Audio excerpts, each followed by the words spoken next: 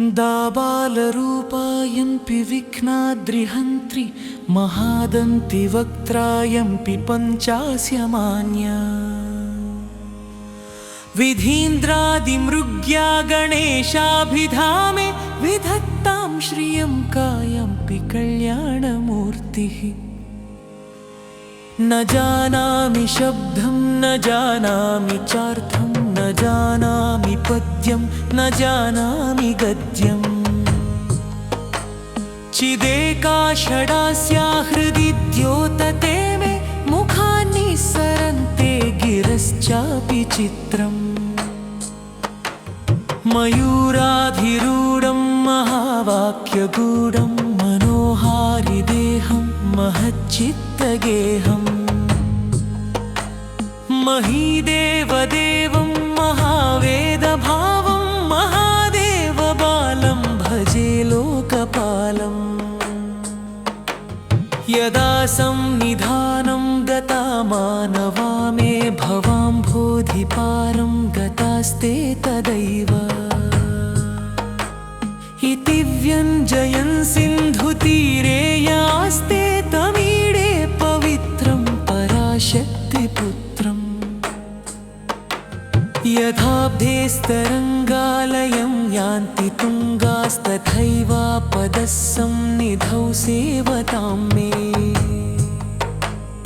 इतीवोर्मि पङ्क्तिर्नृणां दर्शयन्तं सदा भावये हृत्सरोजे गुहं तम्। गिरौ मन्निवासे नरायेऽधिरूढास्तदा पर्वते राजते ते अधिरूढः इतीव ब्रुवन् गन्धशैलाधिरूढः स देवो मुदे मे सदा षण्मुखोऽस्तु। महाम्भोधितीरे महापापचोरे मुनीन्द्रानुकूले सुगन्धाख्यशैले गुहायां वसन्तं स्वभासालसन्तं जनार्तिं हरन्तं श्रयामो गुहं तम्। लसत्स्वर्णगेहे नृणां कामदोहे सुमस्तोमसंच्छन्नमाणिक्यमञ्चे समुद्यत्सहस्रार्कतुल्यप्रकाशं सदा भावये कार्तिकेयं सुरेशम्। रणध्वंसके मञ्जुले हत्यन्तशोणे मनोहारि लावण्यपीयूषपूर्णे मनःषट्पदो मे भवक्लेशतप्तः सदा मोदतां स्कन्दते पादपद्मे सुवर्णाभदिव्याम्बरैर्भासमानां क्वणत्किङ्किणीमेखला शोभमाना लसद्धेमपट्टेन विद्योतमानां कटिं भावये स्कन्दते दीप्यमाना पुलिन्देशकन्या घना भोगतुङ्गास्तनालिङ्गनासक्तकाश्मीररागम् नमस्याम्यहं तारकारे तवोरः स्वभक्तावने सर्वदा सानुरागम्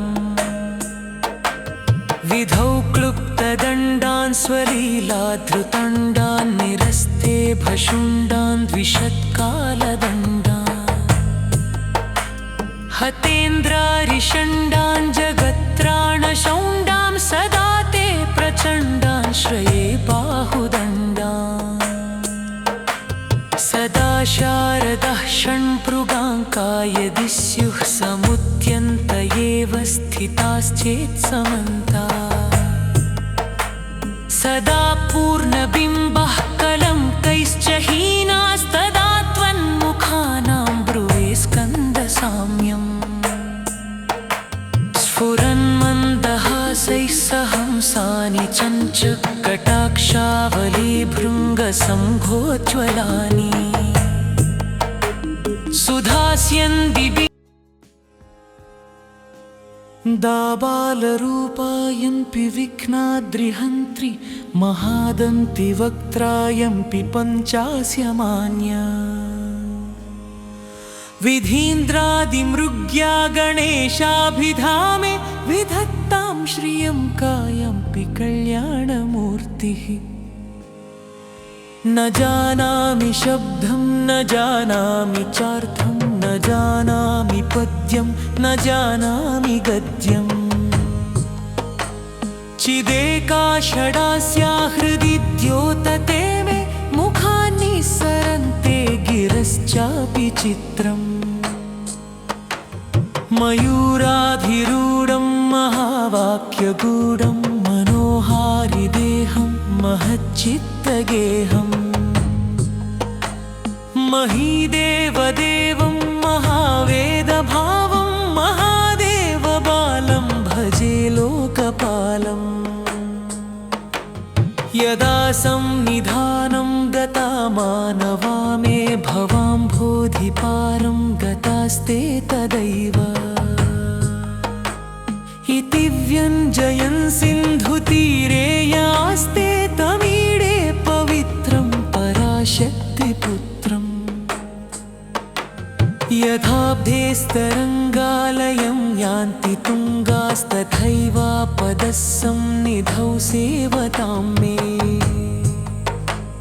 इति वोर्मि पङ्क्तिर्नृणां दर्शयन्तं सदा भावये हृत्सरोजे गुहं तम्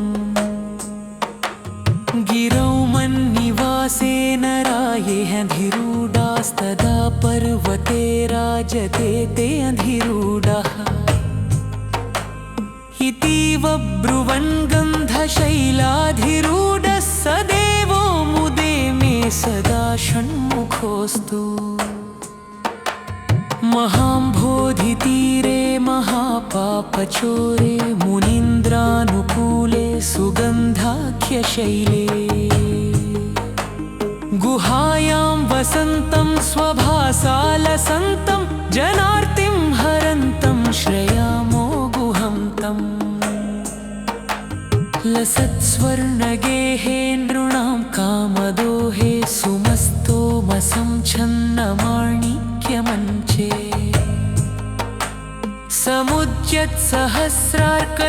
समुद्यत्सहस्रार्कतुल्यप्रकाशं सदा भावये कार्तिकेयं सुरेशम्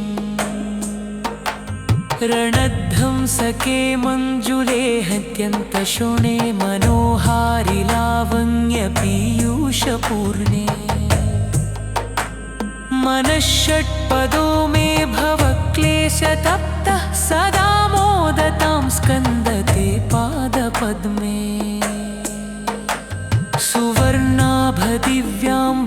सुवर्णाभदिव्याम्बरैर्भासमानां क्वणत्किङ्किणीमेखला शोभमाना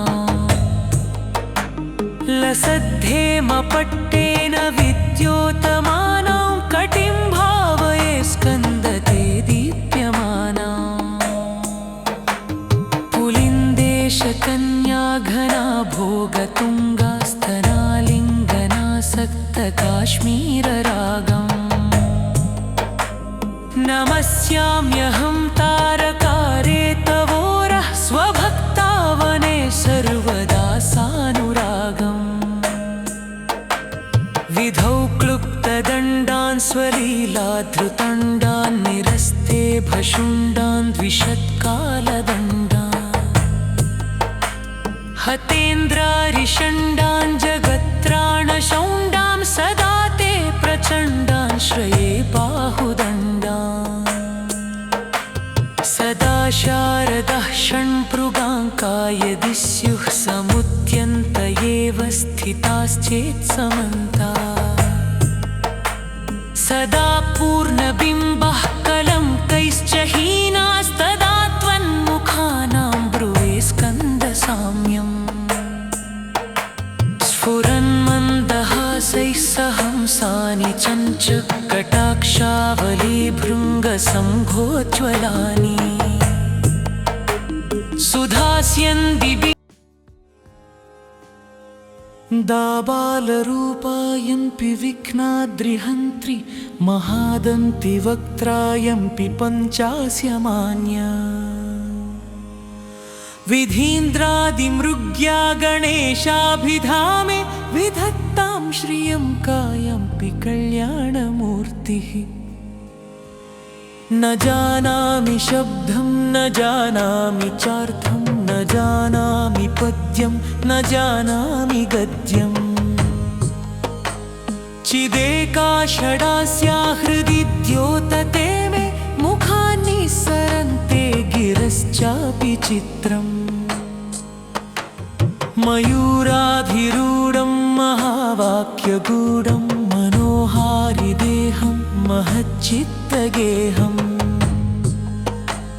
महीदेवदेवं महावेदभावं महादेवबालं भजे लोकपालम्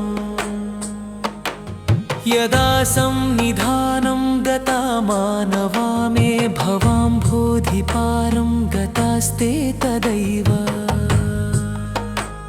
इति व्यञ्जयन् सिन्धुतीरे यास्ते तमीडे पवित्रं पराशक्तिपुत्रम् यथाब्धेस्तरङ्गालयं यान्ति तुङ्गास्तथैवापदः सन्निधौ सेवतां मे इतीवोर्मि पङ्क्तिर्नृणां दर्शयन्तं सदा भावये हृत्सरोजे गुहं तम् गिरौ मन्निवासेन रायेऽधिरूढास्तदा पर्वते राजते ते अधिरूढः इतीव ब्रुवन् गन्धशैलाधिरूढः स देवो मुदे मे सदा षण्मुखोऽस्तु महाम्भोधितीरे महापापचोरे मुनीन्द्रानुकूले सुगन्धाख्यशैले गुहायां वसन्तं स्वभासालसन्तं जनार्तिं हरन्तं श्रयामो गुहं तम्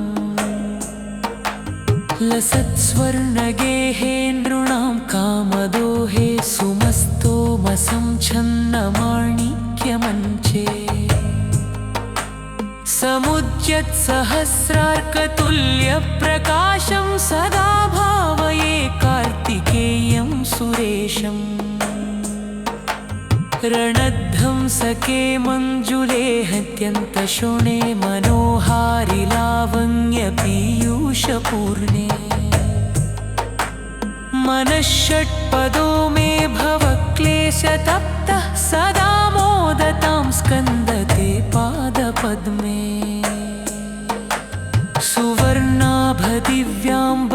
सुवर्णाभदिव्याम्बरैर्भासमानां क्वणत्किङ्किणीमेखला शोभमाना लसद्धेमपट्टेन विद्योतमानां कटिं भावये स्कन्दते दीप्यमाना पुलिन्देशकन्या घना भोगतुङ्गास्तनालिङ्गनासक्तकाश्मीररागम् नमस्याम्यहं तारकारे तवोरः स्वभक्तावने सर्वदा सानुरागम् विधौ क्लुप्तदण्डान् स्वलीलाधृतण्डान् निरस्ते भशुण्डान् द्विषत्कालदण्डान् हतेन्द्रारिषण्डान् जगत्राणशौण्डान् सदा ते प्रचण्डान् श्रये बाहुदण्डान् सदा शारदः षण्भृगाङ्का यदि स्युः समुद्यन्त एव स्थिताश्चेत्समन्ता सदा पूर्णबिम्बः कलङ्कैश्च हीनास्तदा त्वन्मुखानां ब्रुवे स्कन्दसाम्यम् स्फुरन्मन्दहासैः सहंसानि चञ्चकटाक्षावलीभृङ्गसम्भोज्ज्वलानि सुधास्यन्दिबि दाबालरूपायम्पि विघ्नाद्रिहन्त्रि महादन्तिवक्त्रायम्पि पञ्चास्यमान्या विधीन्द्रादिमृग्या गणेशाभिधामे विधत्तां श्रियं कायम्पि कल्याणमूर्तिः न जानामि शब्दं न जानामि चार्थं न जानामि पद्यं न जानामि गद्यम् चिदेका षडास्या हृदि द्योतते मे मुखानि सरन्ते गिरश्चापि चित्रम्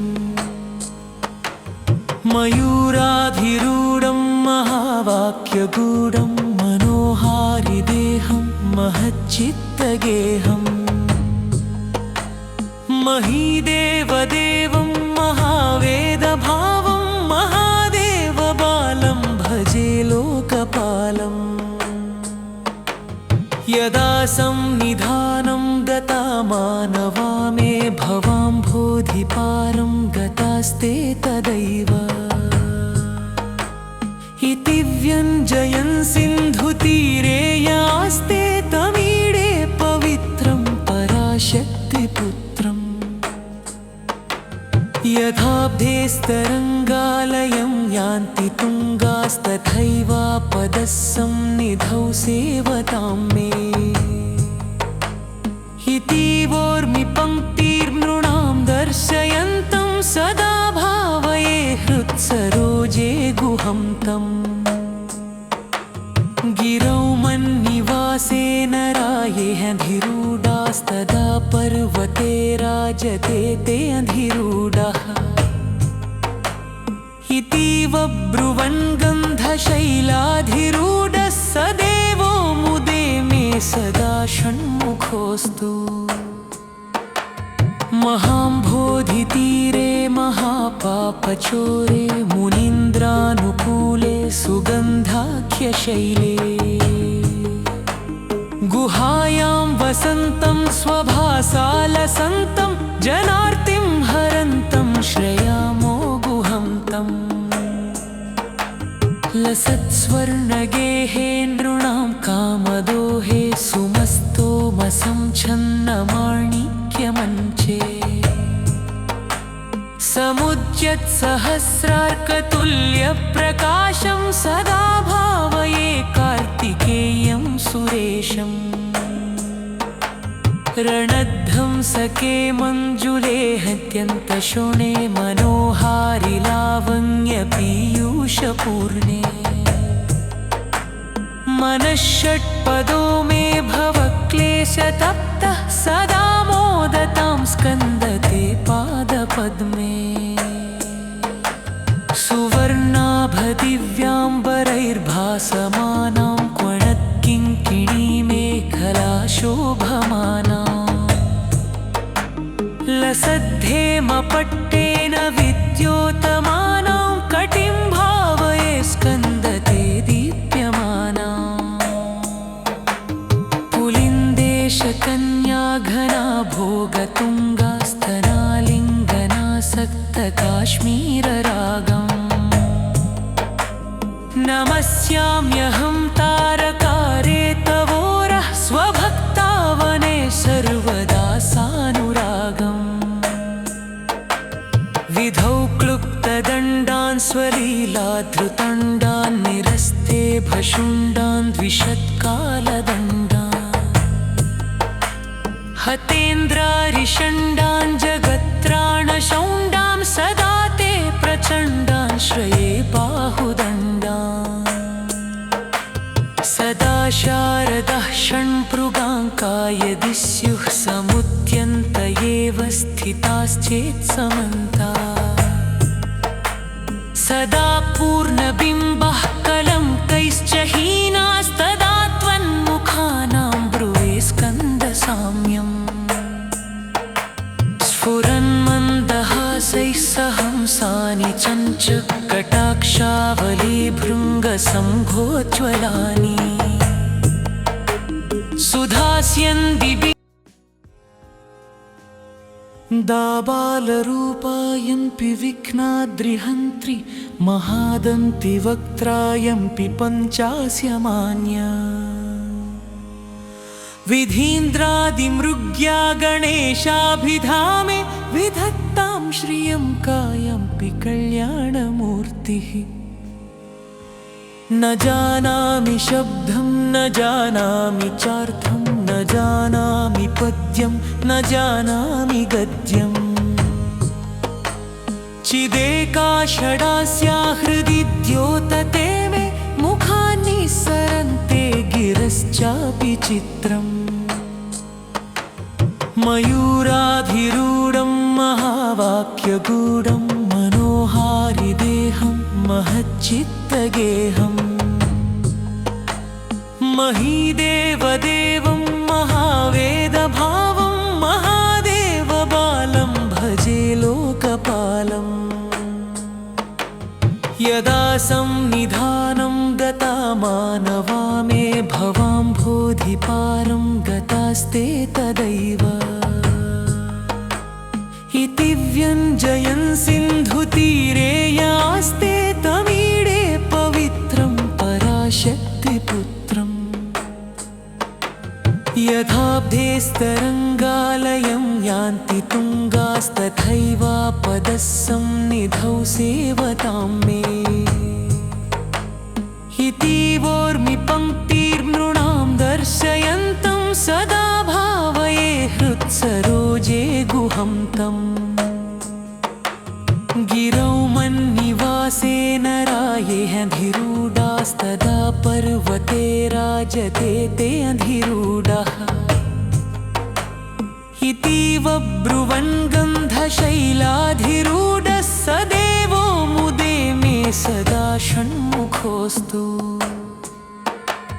महाम्भोधितीरे महापापचोरे मुनीन्द्रानुकूले सुगन्धाख्यशैले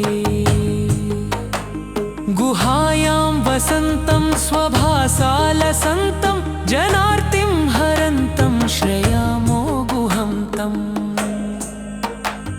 लसत्स्वर्णगेहे नृणां कामदोहे सुमस्तोमसंच्छन्नमाणिक्यमञ्चे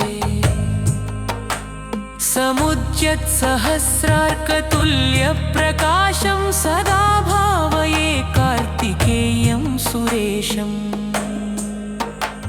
रणध्वंसके मञ्जुले हत्यन्तशोणे मनोहारि लावण्यपीयूषपूर्णे मनःषट्पदो मे भवक्लेशतप्तः सदा मोदतां स्कन्दते पादपद्मे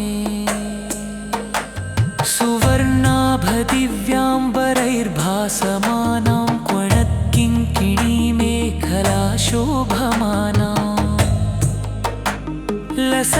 लसद्धेमपट्टेन विद्योतमानां कटिं भावये स्कन्दते दीप्यमाना पुलिन्देशकन्या घना भोगतुङ्गास्तनालिङ्गनासक्तकाश्मीररागम् नमस्याम्यहं तारकारे तवोरः स्वभक्तावने सर्वदा सानुरागम् विधौ क्लुप्तदण्डान् स्वलीलाधृतण्डान् निरस्ते भशुण्डान् द्विषत्कालदण्डान् हतेन्द्रारिषण्डान् जगत्त्राणशौण्डां सदा ते प्रचण्डान् श्रये बाहुदण्डान् सदा शारदः षण्पृगाङ्का यदि स्युः समुद्यन्त एव स्थिताश्चेत्समन्ता सदा पूर्णबिम्बः कलङ्कैश्च हीनास्तदा त्वन्मुखानां ब्रुवे स्कन्दसाम्यम् स्फुरन्मन्दहासैः सहंसानि चञ्चकटाक्षावलीभृङ्गसम्भोज्ज्वलानि सुधास्यन्दिभिः दाबालरूपायन्पि विघ्नाद्रिहन्त्रि महादन्ति वक्त्रायम्पि पञ्चास्यमान्या विधीन्द्रादिमृग्या गणेशाभिधामे विधत्तां श्रियं कायम्पि कल्याणमूर्तिः न जानामि शब्दं न जानामि चार्थं न जानामि पद्यं न जानामि गद्यम् चिदेका षडास्या हृदि द्योतते मे मुखानि सरन्ते गिरश्चापि चित्रम् मयूराधिरूढं महावाक्यगूढं मनोहारिदेहं महच्चित्तगेहम् महीदेवदेवं महावेदभावं महादेवबालं भजे लोकपालम् यदा संनिधानं गता मानवा मे भवाम्भोधिपारं गतास्ते तदैव इति व्यञ्जयन् सिन्धुतीरे यास्ते तमीडे पवित्रं पराशक्तिपुत्रम् यथाब्धेस्तरङ्गालयं यान्ति तुङ्गास्तथैवापदः सन्निधौ सेवतां मे इतीवोर्मि पङ्क्तिर्नृणां दर्शयन्तं सदा भावये हृत्सरोजे गुहं तम्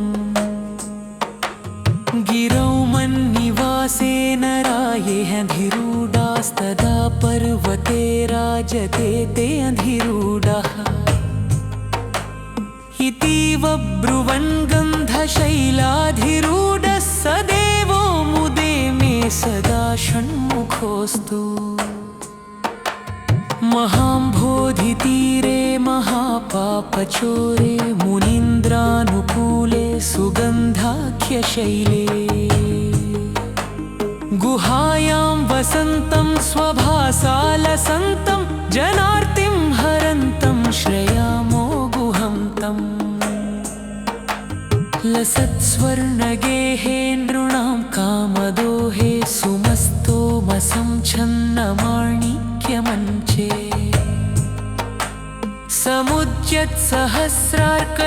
समुद्यत्सहस्रार्कतुल्यप्रकाशं सदा भावये कार्तिकेयं सुरेशम् रणध्वंसके मञ्जुले हत्यन्तशोणे मनोहारि लावण्यपीयूषपूर्णे मनःषट्पदो मे भवक्लेशतप्तः सदा मोदतां स्कन्दते पादपद्मे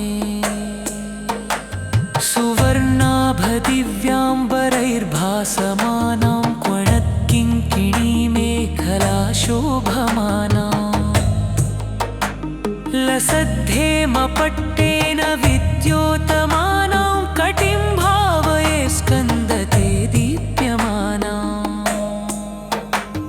पुलिन्देशकन्या घना भोगतुङ्गास्तनालिङ्गनासक्तकाश्मीररागम् नमस्याम्यहं तारकारे तवोरः स्वभक्तावने सर्वदा सानुरागम् विधौ क्लुप्तदण्डान् स्वलीलाधृतण्डान् निरस्ते भशुण्डान् द्विषत्कालदण्डान् हतेन्द्रारिषण्डान् जगत्राणशौण्डां सदा ते प्रचण्डान् श्रये बाहुदण्डान्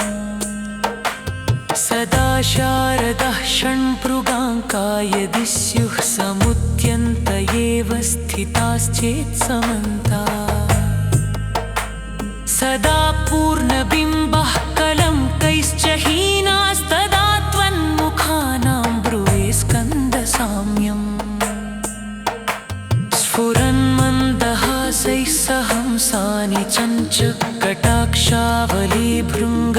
चञ्चकटाक्षावलीभृङ्गसम्भोज्ज्वलानि सुधास्यन्